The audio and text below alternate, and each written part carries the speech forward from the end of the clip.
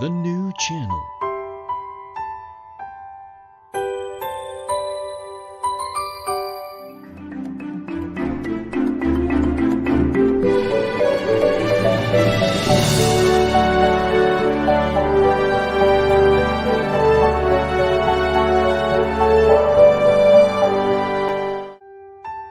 The new channel.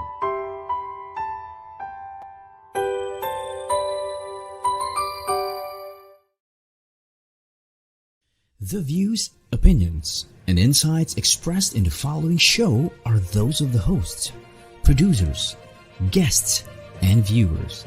They do not necessarily reflect the position of the channel. Viewer discretion is advised.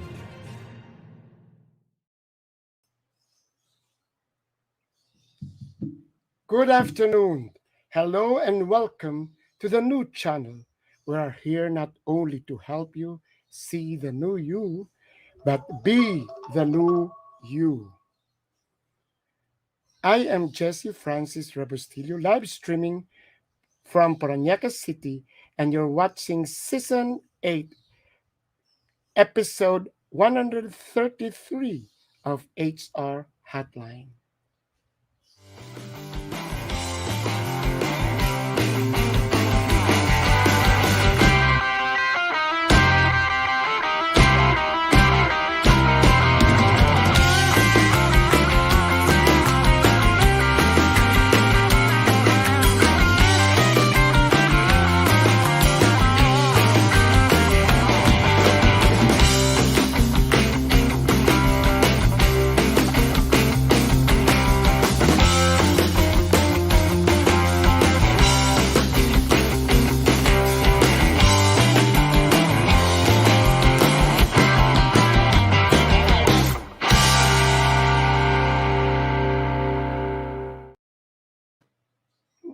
Oh, naku. In the break, I was out.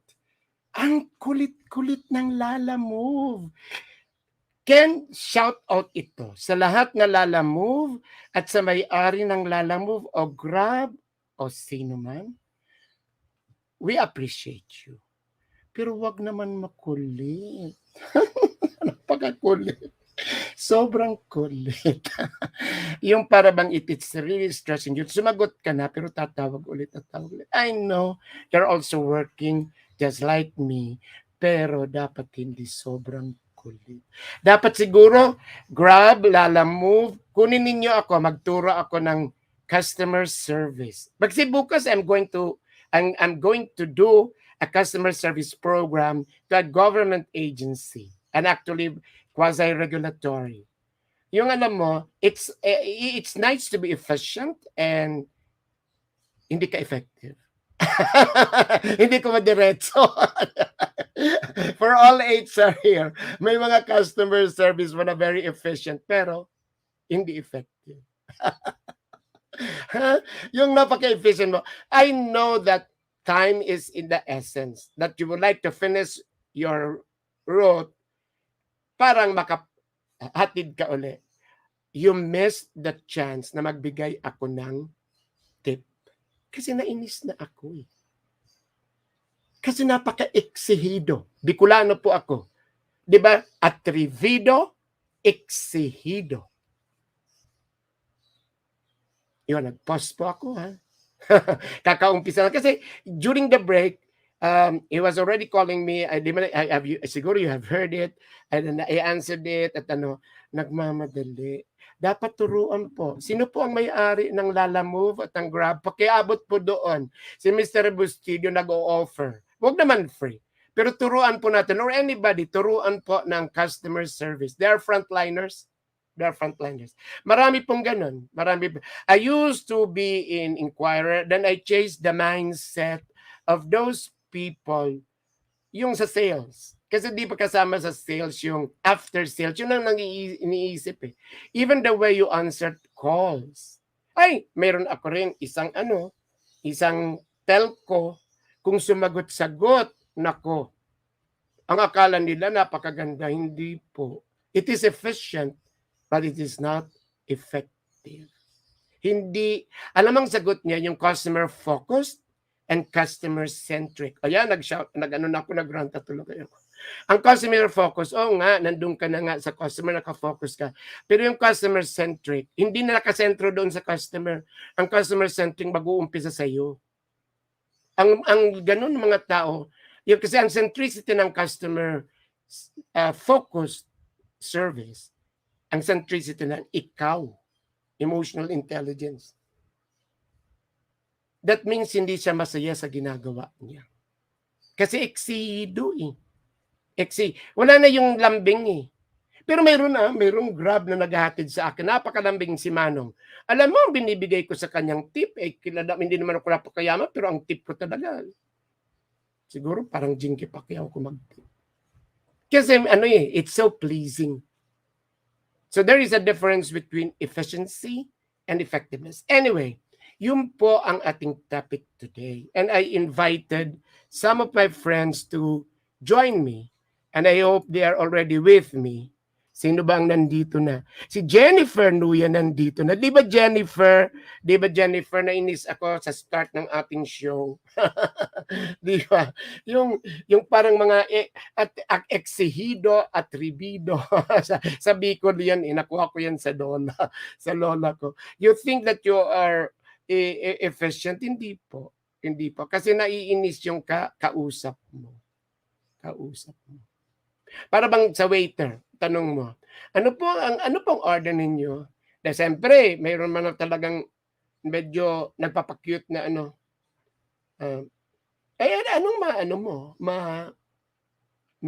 sasuggest mo. Alam mo yung pag-suggest ng waiter, may oras, doon ka mainis. Good morning, good afternoon, good evening. Yes, Jennifer. Okay, so let's start with what we are supposed to. Anyway, nasabi ko na po yung kaninang uminit yung dugo ko. There's a difference between efficiency and effectiveness. Put that in your head. Anyway, to relate to that, agree with you, PPJC, all employees need to see themselves and as ambassadors of their company. Yeah, kaya nga nag-shoutout ko Jennifer sa Lala Move mag-o-offer ako ng services ko, turuan ko ng ng customer service. Hindi si Apple si Ana Manansala was trying to call me pero hindi natuloy. Kasi they're going to come up with what do you call this? A car service. I told her, nasabi ko, dapat turuan muna yung mga drivers. Little things. Alam mo ngayon, ladies and gentlemen, importante po ngayon yung asta ng customer service kasi everybody is actually value for money. Ako, pumupunta po sa wet market. Nako, mayroon akong suki, mga Bicolana nga, pero kung managot-sagot, masakit sa tenga, hindi ko na binibilhan. Kung ako bumibili, kahit nga maliit, pero more than 1,000 din ako bumili ng vegetables. Huwag mo na ako bumibili sa mga taga-norte. Kasi yung mga taga-norte, may mga may mga ganon. Tapos, bakit ako hindi na doon pumupunta sa mga Bicolana? Pardon the term, naalibadbaran ako. Kasi kung shorts, diba, hindi mo malaman kung nagtitinda o kung anong tinitinda. Medyo matanda na rin ako. So those are little things that this has to be taught. How you open up conversations. Ay naku, Jen, siguro one of these days, sa next Saturday, yan ang topic natin. It's more on how we're going to do, alam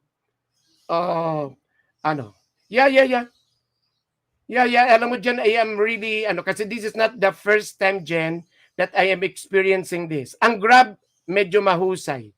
Ang Lalamove, napaka-eksido ng mga this is recorded and this is online. No. Kaya dapat malaman, no? Yung para bang the difference between Smart and Globe and PLDT, mga ganun. Kasi these are service agencies. Or that one, sa sister ko, that one of the electric. They have to know kasi they're service Kung hindi mo kaya, wag ka mag-service. Hindi naman siguro ako dun sa company. But they have to teach their frontliners. Yan po. Diba? Kasi it really affects the organization. Well, anyway, mag-move on na tayo, Jenna. Okay, okay. Abi pero may sinabi si Jen dito eh. Ang daming can you spot what? Ang daming observation PPJZ kasama pati ang shorts ng mga yes, Jen. Yes, Jen. You know, it matters. Kasi pa tayo po, Jen. Me and Jen are with HR and also in training. Kaya kailangan natin mag-observe ng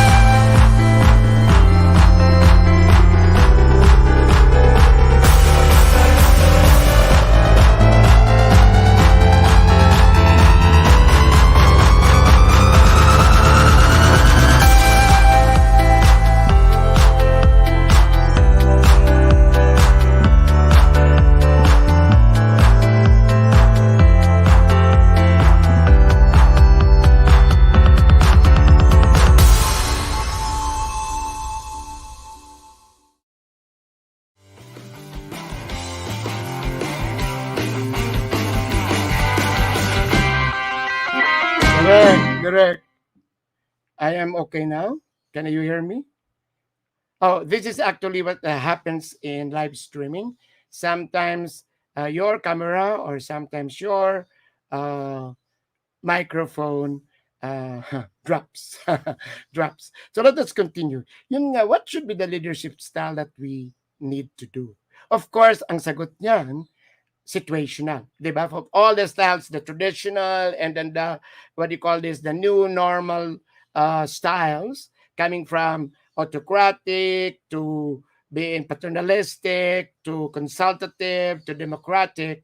But you know that this time that we are on a virtual mode or we are on work from home situation, what are your what are your that the recommendation for the leadership style that HR should actually influence the leaders or actually coach the leaders for the style that they're going to use for this mode, for this arrangement. The second one is um, I am being tasked again by two groups, two organizations to do upskilling. So I think there is a need for us to talk about what skills should be quickly taught. And then I also read that one of the McKinsey survey on the skills. We'll discuss that later on. And the last one, if you still have time, how we are going to ensure productivity. Because up to now, my students are asking me, sir, there are actually problems on how we are going really to monitor and really motivate people to be productive at this time. So we have actually friends here. We also have Mr. Navarro, Ryan Navarro from Davao. Can we spot on Ryan? Naku po, pareho tayo taong simbahan, Pipi Jesse. Naku, ang mga staff sa Paris office, na pagsasabihin ko rin kasi walang customer service sa simbahan. Yes, nagbago na sila. Ha, yes, yes, yes. Yes, Ryan. You know, it's not that we are picky. It's not it's actually it's not na ang taas natin ng standard. Yung ano lang, yung tama lang. Yung tama lang. Yung para bang tayo nga we really accept effort eh. We really accept effort. You know when you talk to my mom, ang mami ko nagta-thank you sa akin. Nonay, thank you for the call. I'd also do that. And you know kami ni Jen, pag sa nag-thank you, may sagot na, you're most welcome. Di ba? That is part of etiquette. That is part of civility. So, titingnan natin yun. Yun na nga yung efficiency and effectiveness. Especially for those who are in the front lines. I can siguro pwede na pasa if you're really yung sobra ang pressure. Say front lines in hospitals, 'di ba? May nabasa akong isang post na taga grabe rin yung talagang namatay yung I think somebody from Bukidnon going to CDO na they are still have to wait for some of the documents hanggang namatay. So alam mo, sometimes we have to look into that. So for all those who are going to listen to me, it's not that I am ranting. This is not a shout out. This is just actually putting things into proper perspective. All of us in the front line, and hindi dapat yun nga, efficiency and effectiveness. We have to go beyond the the the expectations so that you can be called excellent. If you ask me, that is not an excellent service because they did not go beyond. So sa lahat na nakikinig, try to research on customer-focused service and customer centricity. Sa lahat po kasi lahat tayo na may mga frontline. From Jollibee to TNC to alam mo yung dito si Years ang kausap ko. Ang sarap na kausap. Filipinos have that. Yan ang problema Kasi when Filipinos work abroad, perfect. Pero kung Filipinos are in the Philippines, ay nako, tama ka Ryan, hindi mo talaga malaman. So Mark Hernandez is here also. Can we spot on Mark? Situational leadership is still my bet. But during this time, I suggest to be transformational leader. We have plenty to address and adopt with that. What is this? With that, what is the transformational leadership will be effective. Yes, so we start. I agree with Mark. Yeah, situational leadership, it depends on the situation. And then, pero Mark, ang mahirap nito, kung hindi naturuan na coach yung leaders on the different styles. And then they call us, yung may brand na siya So I am paternalistic, I am this one, I am this one.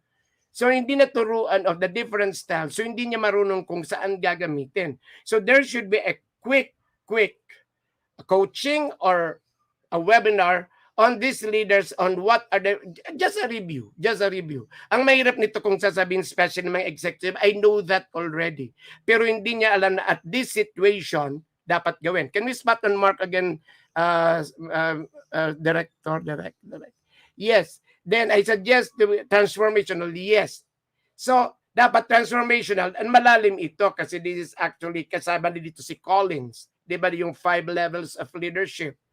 Kasi ang transformational leadership, kasama na rito yung mga foundation nito, yung servant leadership. Pero transformational leadership is actually, you are more into transforming the other person. Pero dapat ito emotional intelligence, Mark. Am I right? Ikaw muna mag-transform para ma-transform yung isang tao. So transformational leadership is actually transforming their mindset and their approaches in life. So, madali rin sabihin, Mark, yung transformational leadership, pero it needs also us HR and the entire that it has to be a mindsetting. Yun yung sinasabi ni PP Michelle.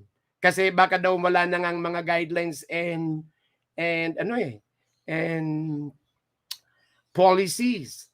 Ima-mindset mo lang naman yung tao that they really have to do what we call now transformational leadership. So it takes a lot.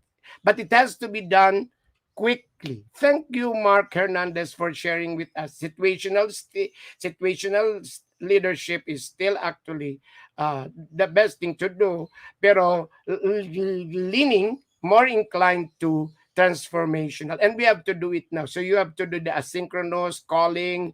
You have to start with communication. You have to start with yourself. Thank you. Can we still spot on Mark? There is another post from Mark Hernandez. Maybe you, PP Jesse, and PMAP can run a short webinar on different leadership style for us to learn. Yes. Oo. Mark, I already have one. I did 3 times already.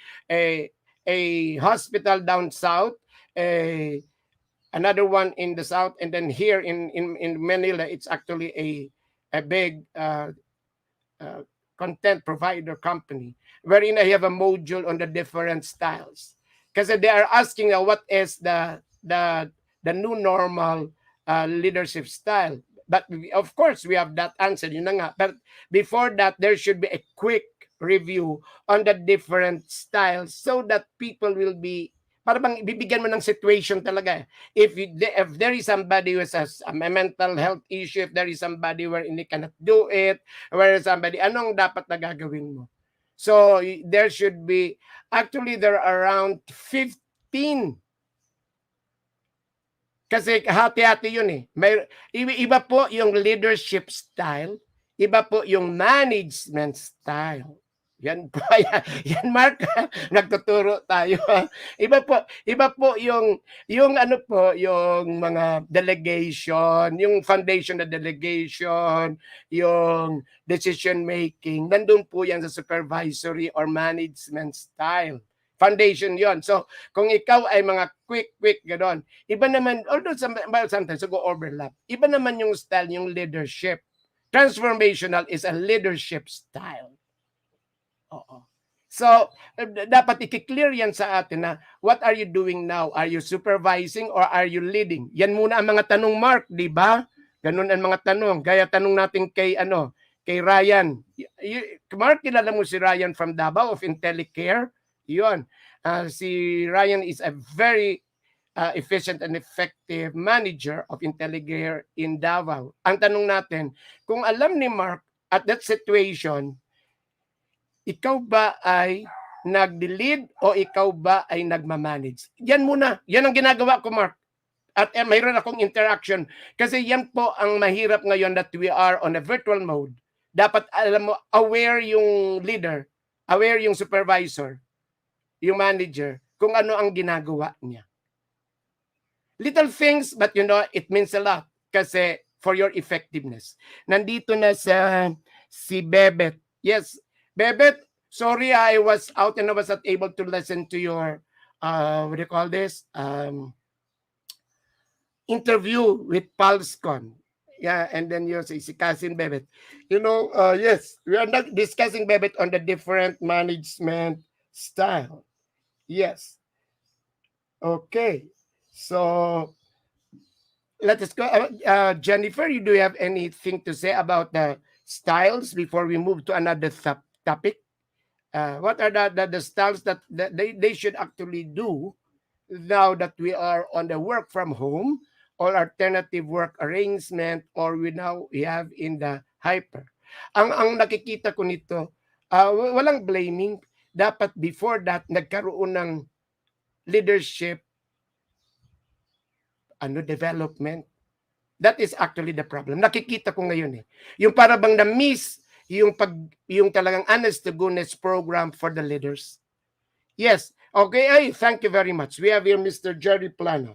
Can you spot on Jerry Plano? Leadership style needed to remote workers should be less controlling and more empowering. Yun, clear yun ha? Clear. Less controlling and more empowering and enabling. O yun na yung sinasabi ni Mark na transformational enabling. Remote work is usually knowledge and creative work. Right. Kasi dapat empowered ka to do it. Ang sinasabi nga, completed staff work.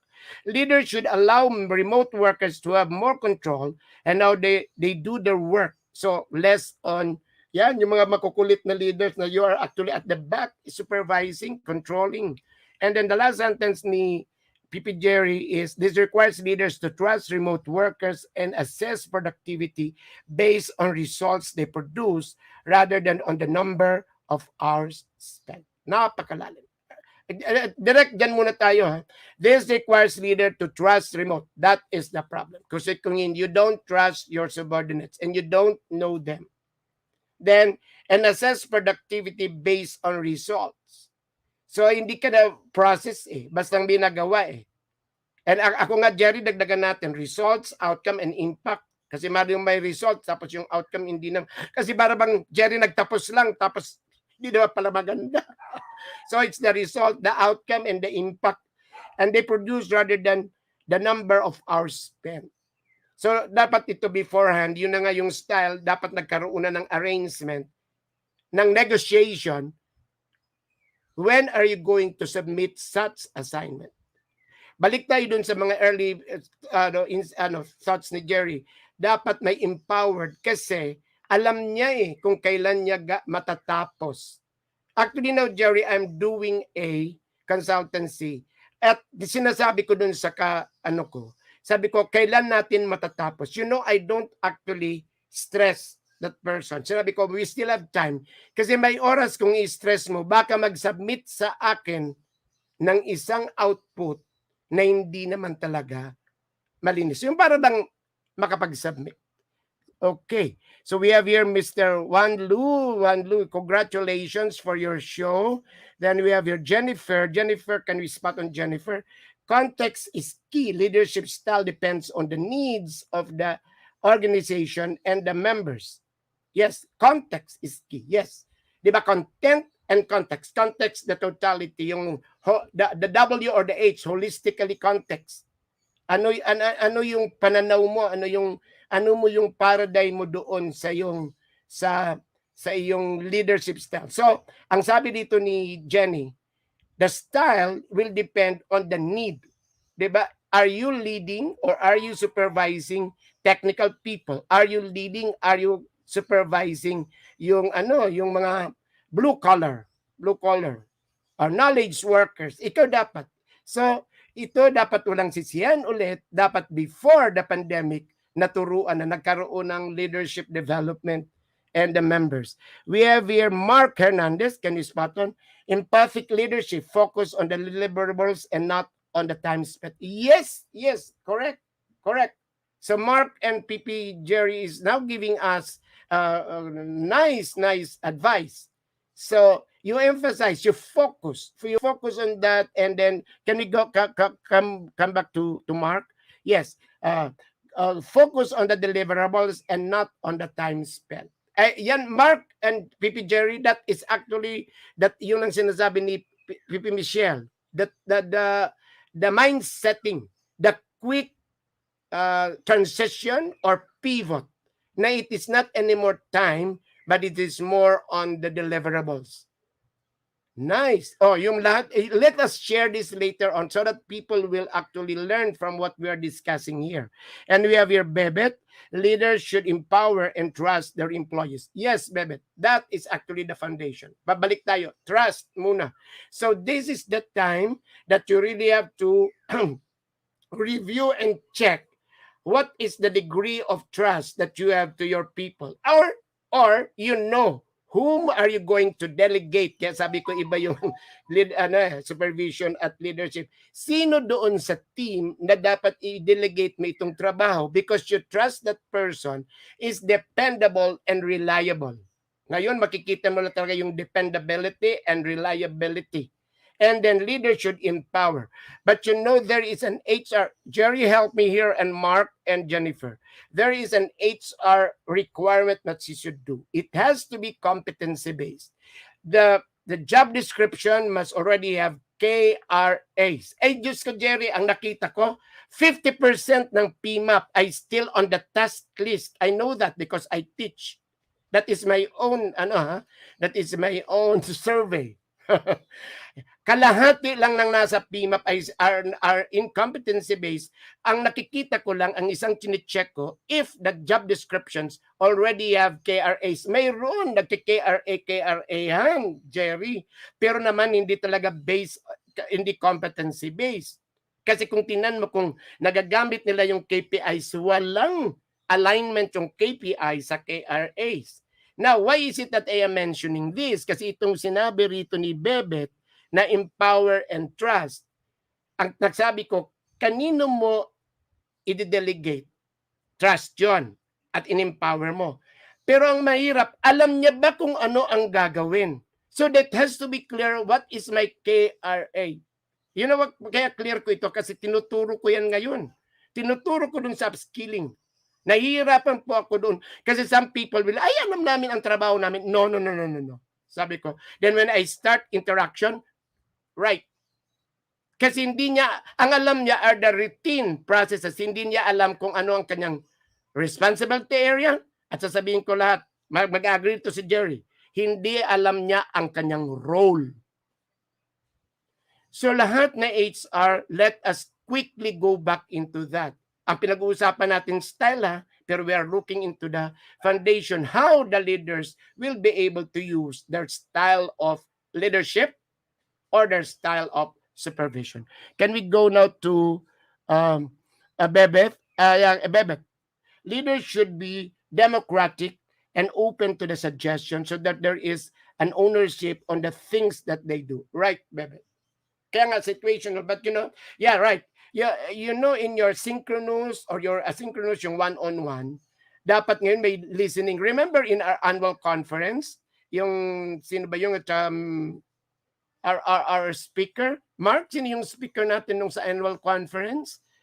Mr. Acevedo ba yun? Yung Metro... hindi ko masabi kasi I'm not so sure. Yung ang naturo niya is to listen. Just for us to listen. Dapat tuturuan yung emphatic listening. Kasi dito na yung democratic, dapat you must know how to listen. Paano ka mag-democratic? Democratic nga, ikaw pa rin yung nagsasalita. Ikaw pa rin yung nag-uutos. And then you don't listen. So yun ang nakita ko rin. Right, Bebet? We need to do democratic, but we should allow, we should listen. Then we have here Mark. May sinabi na si Mark. Mark, can you spot on Mark? Mr. Acevedo, RCBC. Yun nga, kaya ayaw ko sabihin. Nagkakamali. Matanda na si Sir Jesmo. So RCBC, Mr. Acevedo. Di ba, Mark? Wonderful AC. Di ba? Kasi I just imagine, very simple. The insights coming from Mr. Acevedo, one of the plenary speakers of the PMAP annual conference, is that leaders should listen. Kasi yun na nga sinasabi ni Bebeth. Paano ka maging democratic kung hindi ka nakikinig? So we have Jemay Duque. Jemay is one of those, kasama yun ni Mark. Jemay is a PMAP member na talagang yung sinasabi natin, dependable, reliable. Yan, sana yan. Leadership style these days need to be empowering. Oy, Jemay, ang dali-dali sabihin niyan, pero ang hirap niyang gawin, ha? Kasi nga, yung mga leaders, ang mahal-mali mo, hindi naman alam nila kung how to empower. We can't micromanage, especially in a work from home. True. We need to trust and encourage our team members so they can be productive and achieve their maximum potential. So it cuts across from HR to accounting to the operations to marketing. Dapat talaga empowering ngayon. So nakikita, let us share this kasi nakikita ninyo what should our... Ay naku, Jemay, ang daming HR managers na medyo opposed dito sa ating mga pinag-uusapan natin. I know that kasi my students are actually complaining also. At this time, mayroong isang HR manager na nagre-require ng kanyang HR staff to be in the office, to think na naka 30%, walang ginagawa yung HR sa opisina kasi naka-awa alternative work arrangement, MWF, TTH. Tapos natatakot tuloy siya making positive, tapos wala namang ginagawa. Siyempre kasi wala namang tao doon. Ewan ko, sana nakikinig yung sana ma-forward ito. Kasi alam niya yan. Ano yan member yan ng PIMA. Sabi ko, ano klaseng nito? Hindi siya nakikinig sa ating mga webinars. Na pwede naman mag-work from home ang HR. Ini-insist niya may pumasok para daw may taong taga-HR doon sa opisina. I don't know, what are your thoughts on this? Then we can have Jerry Plana, empowering people is easier said than done. Yan nga sabi ko, Jer. Diyos ko, kami ni Jerry, pinag-uusapan niya namin noon sa likod-likod. Kung kami nakikinig, yan ang pinag-chismisan namin. Hindi chismis ng yung malalalim na chismis. Yeah, totoo. Empowering people is easier said than done. We need to revisit how effectively we train our leaders right. Kasi nga mag-empower, hindi naman train to empower, mahirap na yon. So we have to quickly. Yeah. Kunin kami lahat dito nag-uusap-usap. Kung nakikinig kayo, we just have to train. Then it is not easy for leaders to stop micromanaging. Doing this is to remote workers can be very irritating for people. Oy, Jerry, magchichismis ako sa inyo. Ha? Marami akong organizations na alam nito. Na ang naiinis are not actually the rank and file or yung mga empleyado. Ang naiinis ang mga managers. Kasi para bang sinasakal. They are actually yung nama-micromanage yung leaders. Yung para bang mga 9 o'clock na hindi pa sumasagot, nagagalit na yung mga CEO at CEO.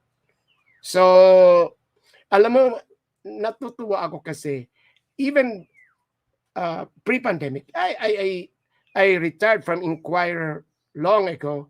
But sa Inquirer, yun ang pasalamat ko. Kasi the leadership, hindi ganun they trust us eh. And then walang imposition. Walang imposition. Siguro galing din sa amin. Kasi ako as an HR leader, ako doon eh. Hindi ako time bound eh. Yung aming mga editors, pinapapasok ko ng 3 o'clock. Flexi time.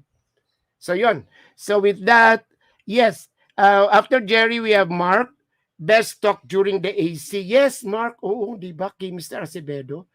For those in PMAP, if you have time, try to, go back to that speech of Mr. Acevedo. Kasi I did. Mark, I did. Pinakinggan ko ulit. And then, alam mo, ang lalim eh. Ang lalim. Para bang lahat tayong magsasabi, Mark, na listening is, di ba? Emphatic listening. Hindi. May malalim siyang thought. May malalim siyang thought. Alam mo, Mark, after that, I changed my style with my katulong. Kasi nasa bahay ako. I listen to my katulong already. Kasi may katulong sometimes speaks on, sometimes hindi ko pinapakinggan or sometimes sinasagot ko rin. But sabi ko, oo nga. There's a need for us to listen. Yes. Hello, Lodi Gemay. Then Jennifer Nuya, remote work reveals the diplomats from the real producers. Yes. Tama ka dyan. Then we have Mark here. Agree with PP Jerry Jebay. We are to share best practices on how to lead during this time. In cases they don't know how to, they may start reaching out to us. Yes, Mark. Ako talaga, hindi ako nagsasabi na nagtatali-talinuhan, no? But I already do this in my webinars and I think kasi yung evaluation sa akin ng isang grupo rito sa Manila, these are all executives. They told me sincerely, sabi niya, Sir Jess, it was so nice kasi we were able to learn from you and we were able to recall how we are going to redirect our way. It is needed most. Mark, talaga dapat. Siguro kung ayaw nila ng training, just maybe a focus group. Siguro, baka PP Jerry, we can start on that. Siguro sa Saturday, we start on customer service kasi I was a little bit hot earlier. And then we start the second portion. Siguro, Mark, can you join us on Saturday? And Gemma, let's be on screen and tell people how they can do this. Kasi this is really, hindi naman serious, but this is essential. Essential. Kasi in my group chats, the HR are actually realizing that there is already a flaw in the way managers are managing or leading. So it is already parang nalaman, it's a problem already. This tawag nun, na ilawan, na disclosed problem. So I think it's 12:41. Can we have the first break? And after that, when we come back, we go on to the skills to be, with that, what are the skills? Diretso tayo sa leadership. What are the skills? Di ba competencies, attitude, skills, and knowledge? I would like to zero in Mark, Jerry, Jennifer, and Gemma on the skills. What are the skills that the human resources should be taught? I will start with that. One is completed staff work. Okay. What are the skills? Can we be ready after the break? Direct, can we have the break, please?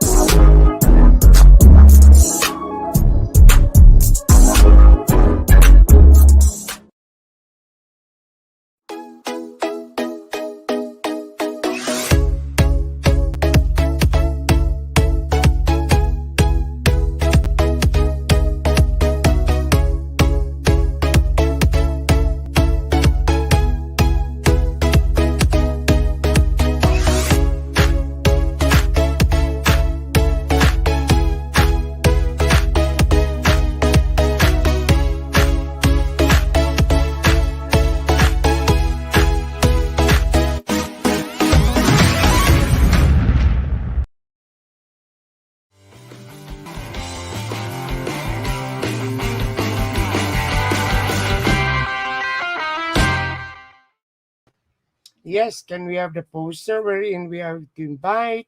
Kinsey is a live stream platform of online shows for people on the go. We're inviting you to watch all our shows as seen on our screen. Our mission is to become a community where passionate people accept each other, share inspiration, and promote positive transformation. Of course, don't forget to watch and support HR Hotline 3 times a week.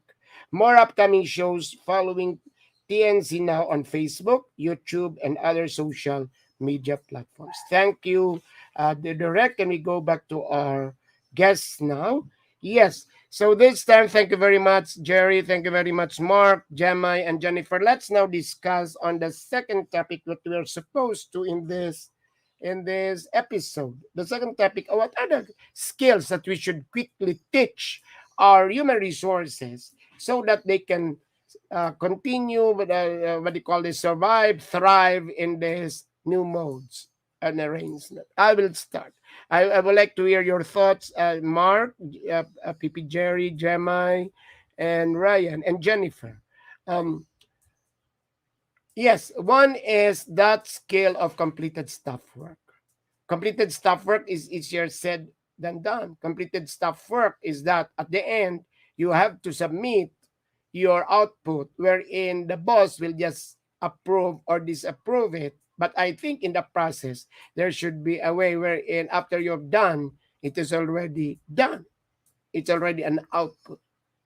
Okay, but completed staff work has to go first that you know your responsibilities, you know how to prepare, how to come up with the things that you need to do.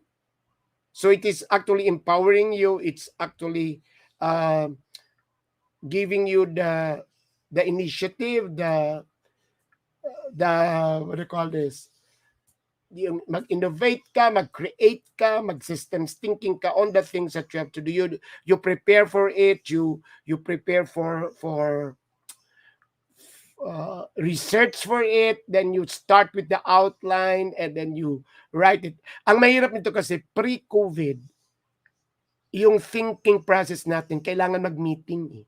Kailangan mag-meeting, tapos mayroon pang instruction, direction, and from time to time, you go to the boss and see if what you're doing is correct. And completed staff work, given the assignment and the time frame, you do it on your own. So for me, a skill we really need to teach employees is effective. Yes, yes, nakasama yan po, communication. Given the nature of the shift remote work setup, I can see a clear need to train employees on the proper and effective communication in chat and in email. Good. You know, I read nga, I mentioned earlier yung McKinsey survey and McKinsey study. Very, very decent. I was able to read that. And then that's not, communication is part of the top 5. And then sabi nga, surprisingly, communication, bakit? Hindi nga yung the usual, yung may feedback, no. It's more of the interactive communication. Dapat, Gemay, yung sumagot, yun lang ha, turuan sumagot. Kaya nga there should be, so lahat naman na venues, di ba, social media, you use the technology, so you can use all of that, platforms. Pero ang una mo nang tinuturo is how to respond to that. So, tingnan natin yung crafting the best hybrid work arrangement for the company is tough for me, followed by facilitation skills, especially vision, purpose, and values. The clearer these are, the less need for more policies and rules. So, ito to rin, quickly bumalik tayo dito, crafting the best hybrid work arrangements. Iba yun, ha? So, crafting the best work arrangement.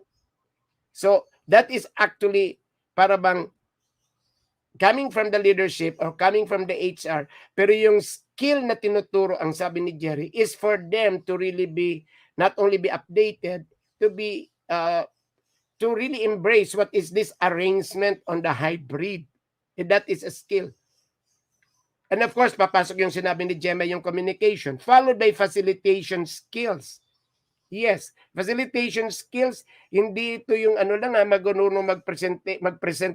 Ang facilitation skill is you really facilitate people to understand, people really to be engaged, Remember, Brownie, so, correct me, Jerry, if I am I am processing your post, is that yung facilitation is yung yung it's not only yung presentation, is that you try to yung mapukaw mo yung discretion, 'di ba? Yung discretion when you facilitate, dapat ma-inspire mo o ma-motivate mo yung tao na makuha yung discretion niya to do it, and that is engagement.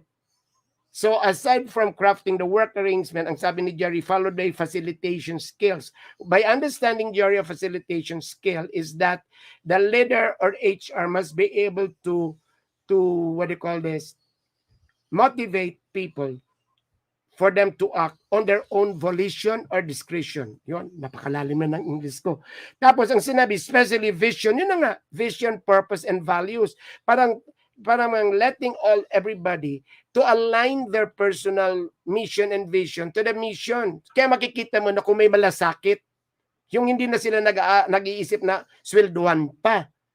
Dagdagan pa yung sweldo. I'm sorry, hindi sweldo, of course, swelduhan mo. Pero dagdagan pa yung sweldo kasi nga, nakikita mo yung vision, purpose, and values. The clearer these are, the less need for more policies and rules. So quick lead siguro dapat ibalik yan na it is a skill actually. Hindi yan, kasi it's understanding. It's a skill. It's actually aligning to the mission, vision, and values of the organization is a skill nowadays. Kasi may oras nga, yung sweldohan ka lang eh. Yung para bang naghanap ako ng trabaho. So nagtrabaho ako, hindi man lang sa kanyang onboarding, nakapasok sa kanyang sistema, itong sinasabi ni Jerry. I love this. So we have here, Mr. Obit Policarpio. We miss you last time, Obit. Yes, good afternoon, Mr. Yes. Jerry and Obit, Jemay and Mark, tayo sa Saturday, ha? I will not be around on Thursday. I have a whole day webinar. But on Saturday, let's be on screen and we discuss this. We continue with this. Can we have Mark? I suggest resiliency, adaptability. Yes, resiliency, adaptability. We are now on the as quickly competencies or skills that we have to teach. Problem solving, decision making, service excellence should be our focus. That is why we are taught by Miss Gemma on service excellence. yes. You know, Mark, doon nga sa McKinsey survey, ang number one is leadership ability. Then I tried to look into the other write-ups. Yung daw dapat, hindi yung leadership ability sa leaders, given na yon. Yung ating mga, yung mga employees must be taught the basic leadership ability.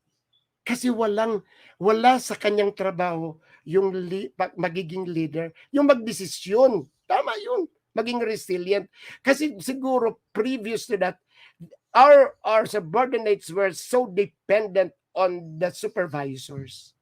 Na-imagine ko yan kasi I used to be a consultant in a manufacturing firm, in a construction firm. Ang tao talagang joke ito yung talagang utusan. Sinasabi ko nga sa kanila, ang utusan, uto-uto, dapat mag-isip kayo. Yung para bang tatanungin, dito ba ako magpapako? Itatanong pa ba yan? Di ba? Sentido común, doon ka magpapako. Itatanong pa ba yan? It's very irritating and it takes a lot of time na magtatanong pa kung saan siya magpapako na mayroon ng plano. That was pre-COVID. Paano ngayon? Na ikaw ay nagbibigay ng instruction through the phone. So dapat daw, kahit na yung mga empleyado, turuan ng leadership. Sa McKinsey yan ito na sinasabi ni Mark. Resiliency, adaptability. Ang mahirap nito kung hindi nakikita ng subordinate doon sa leader niya. Yung being resilient at being adaptable. Ano ito? To be blunt about it, yung leader ang reklamador. Paano ka makapagturo ng resiliency and adaptability kung ang unang nagreklamo ay yung supervisor? Then of course, problem solving. Now, ito yung sinasabing empower. You have to solve your problems. Magtatanong ka ba kakain na ako, sir? I can still remember, kahit na dyan sa PMAP, nasabihan ko yan yung staff, Jerry. Yung 3:00 na, hindi pa sila kumakain during GMM, sinasabihan ko itong staff, ba't hindi kayo kumakain? Kayo yung nagpakain sa amin. At nandyan yung pagkain. Sir, naghihintay po kami matapos. Just imagine, maghihintay ka matapos, hindi natatapos tayo past 3 o'clock. And these are ladies. Sabi ko, no. No. Ito na yung, can we go back to that? Spot natin to kasi I'm discussing that, madam. Yung sinasabi ni Mark. Yeah, so problem solving, isolve mo yung problema mo. You are hungry, you eat. Nandiyan yung food. Nobody's telling you not to eat. So yung decision na kumain, umuwi, nung pre-COVID, yes. Pero ngayon, hindi. Ang mahirap nga niyan, you even go beyond it. Then we have service excellence. Right. Yung customer service. I Mark, earlier, sinabi ko yan kasi I was a little bit, irritated by yung napaka-exido yung delivery man. Sabi ko, there's a difference between efficiency and effectiveness. Napaka-efficient siya, pero hindi na siya effective. So, service excellence. Yes, can we go to Jennifer Nuya? Aligned to empowerment, employees need to have business acumen. Yes, yung business continuity. They need to understand how their work contributes to the mid-term and long-term goals of the organization. Ang mahirap nito, Jenny, kung hindi na-cascade from the strategic planning. Nag-strategic planning o nagkaroon ng business continuity, sila lang nag-usap, hindi nakakaskade at hindi naintindihan. At ang mahirap pa nito, marami mga HR nagsasabi, ma'am, ano pinag-usapan ninyo? Secret. Naging confidential. So, hindi alam ng mga tao. Kung you check. Kasi nati-check ito. Ang daming mga HR departments. Ang may alam lang ng direksyon, yung HR manager. Yung mga staff, hindi alam. To think na may HR BP yan, ha? Tama ka, Jen. Nag-HR BP, hindi nila alam kung ano ang direksyon. Tama yan. So for those who are listening, nako, this is the time that you have to cascade the business continuity. People should be in the know so that they will know how to act and how to decide. Then we have here Jerry Plana, my dear friend Jerry. Facilitate your leadership team to build clarity and commitment to vision, purpose, and values. This is culture building skill. Yes. Quickly. Kaya sabi ko may word akong quickly. Quickly, ituro natin yung culture building skill. Clarity and commitment to the vision, purpose, and values. Nako, for all those listening, ano kaya mamayang hapon o bukas, mag-create kayo ng meeting, tawagin mo kami ni Jerry, kami mag-facilitate. Ako, I do that. Ako, very elementary ako, Jerry. I post there the vision or the mission of the company, and then I ask them literally para mga grade 2 students, where can you see yourself or your position in that vision? Para makapasok lang muna. Ay, ako seryoso ako talaga dyan, Jerry. Facilitate your leadership team to build clarity and commitment to vision.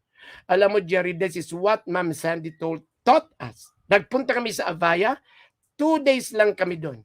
Management strategies ang gumawa nun sa amin. Ang topic lang is for us to actually put into our system the vision and mission. Kasi di ba nag-change ng mission and vision yung Inquirer? Kasi di ba we were already problems on the digitalization. Kaya tingnan mo, it's still there. At buong-buo yung mga tao. Kasi yung mga naiwan dyan na talagang napasok, you have to know the vision and mission. Yes, Jennifer, effective communication, can we spot on? Effective communication facilitates dialogue among key stakeholders, especially in highly matrix and multicultural environment. Yes. Oo.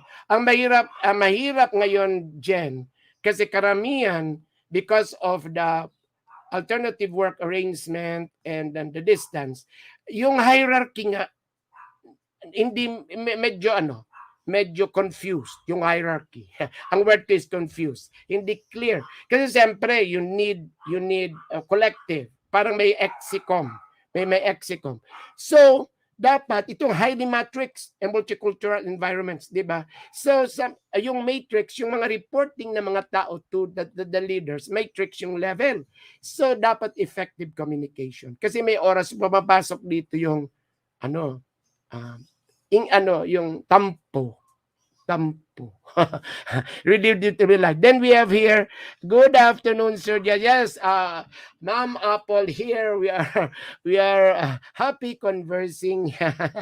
Then we have, of course, my cousin Nelda Rebustillo. Oy, Nelda, no, condolence sa ating pamilya. Ano ba yan? Sunod-sunod na mamatay ang aking mga pinsan.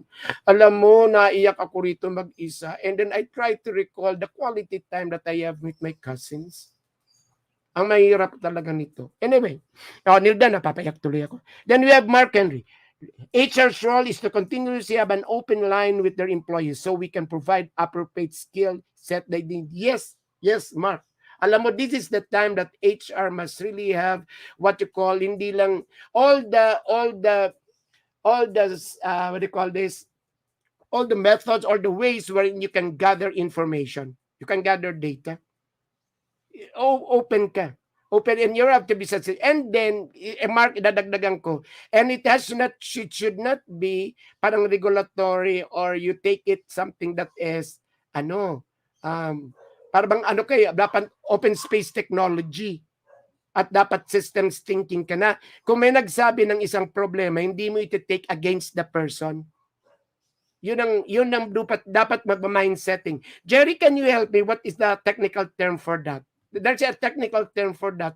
Na ang leaders and HR must not really take that suggestion or that complaint as such na para bang binalik pa kasi that is the usual thing that we do Para bang nagmay problema, ibabalik mo. So, ayaw nung tao mag-express. There's a technical term for that. Then we have Bebet here. Ang ganda ng ating usapan. There should be transparency and openness about plans and programs so they should be part of the team. Totoo, Cousin Bebet. Cousin Bebet. Mahirap, nag-happen ito not only in companies, organization, association. This time, it has to be transparent kasi nobody should be left behind. Kasi naka-distance nga tayo distance An openness about the plans and programs. Ito na lang, simple. Sabihin ko na lang sa inyo. Say mayroong birthday at bukas birthday ni Thelma Alana. Say, bigla nagpadala ng link. Dapat, yan nga, earlier po yung pagpadala ng link. Kasi ang mahirap, yung bigla ka na lang napadala niyan, hindi mo alam yung plano. Nasa distance kayo, mag-iisip ka, bakit? Diba? Tao ka lang Right, Bebeth. And then we have here, Bebeth, there is another one. Good afternoon, Apple Manansala. Yes. So, ladies and gentlemen, can I request all those that I invited here? Si Bebeth, si Jemay, si Mark, si Obet, si Jerry. We can be accommodated. I will not be around on Thursday, but on Saturday, I promise myself that there should be people in the screen. I will prompt you. I will give you the link. Let's be in the screen and let's have a nice conversation. Round table. I will call it a round table. Okay. So, ladies and gentlemen, time, napakabilis ng oras. Napakabilis. So nice to discuss this. Bitin, we are still going to, I'll tweak the question, but still on this topic. How are we going, this time is now the how. How are we going to implement siguro or practice the right leadership or management style during this time? And then we move on other. Kasi ang dami pa po. If you notice it, hindi nga natin na-discuss yung technology, given na yon. Hindi natin na-discuss yung social and emotional. Nandun yan sa McKinsey report. Social emotional communication. Sinulat ko po. Critical thinking, decision making, Mark, tama ka. Project management. Tuturuan mo yung tao ng project management kasi lahat ng ginagawa niya ngayon parang project, social, then advanced cognitive skill. Naku, Jerry, dapat nandiyan ka kasi ikaw lang ang makakasagot. Hindi ko to alam. Advanced cognitive skill. So I want Mark, I want Gemma, I want Jennifer. Si Jennifer, ang lalim-lalim yan eh. Ano ba talaga itong gustong sabihin ng advanced cognitive skills that we should teach our human resources? Yan ba yung aking nasasabi between a Chihuahua, a Shih Tzu, a Poodle, and a Labrador? Alam mo si Jerry may English Bulldog, nakita ko eh. Hawak-hawak niya na, inainggit nga ako. Si Gemma may binibenta yan na ano na dog, mix. Oo, pero hindi ko kaya. It's Lhasa Apso and Shih Tzu. But you know, ako ang masasabi ko, this is my conclusion. Ang matalino po ay ang poodle. Ay ang chihuahua. Then the poodle, then the Shih Tzu. Ang medyo talaga dapat turuan ng advanced cognitive skills. Ang Labrador. Ang lalaking tao. Ang lalaking tao ang slow makaintindi. So yung to gusto kong maturuan kung ano itong advanced. So I took note, leadership development, critical thinking, interpersonal skills, empathy, decision making, project management, social and emotional intelligence, advanced cognitive skills. Marami pang maliliit pero these are actually the ones that should be taught quickly to our human resources. So there goes, ladies and gentlemen. Thank you, my dear friends, for being with me. I love you, Jerry, and I love you, PPO, but Mark and everybody. You know, we are sharing actually. I know I'm taking your time, but you know we are sharing, and it's so nice. I like the conversation. I am learning, and I'm very sure we're also sharing the insights and the thoughts. Yes. Okay. Thank you, Gemma. Of course, Gemma, you are actually, tama sabi ni Mark, idol. So there goes, ladies and gentlemen. Salamat po, sabi sa Bicol, Diyos mabalos sa inyong lahat.